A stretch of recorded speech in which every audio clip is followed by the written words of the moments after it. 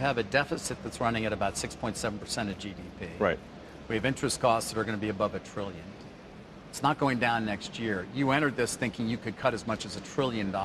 You're nowhere near that. It's not really making the dent I think you may have thought you might have been able to achieve in terms of a true problem. Would you agree?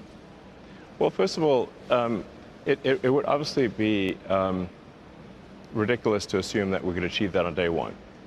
So it's only been, like, what, 4 months? Yeah. And we've done, by our calculations, people may disagree, improved the deficit by $160 billion. Right. That's our, that's your number that's out there. A lot of people take issue with it and say, well, taxpayers' expenses such as paid leave, that's $135 billion that's got to come back.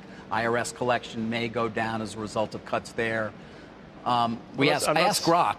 It said between $5 and $32 billion is what you've actually saved. You need to ask, the right question to ask is, what is the bid for the actions of DOGE? Right.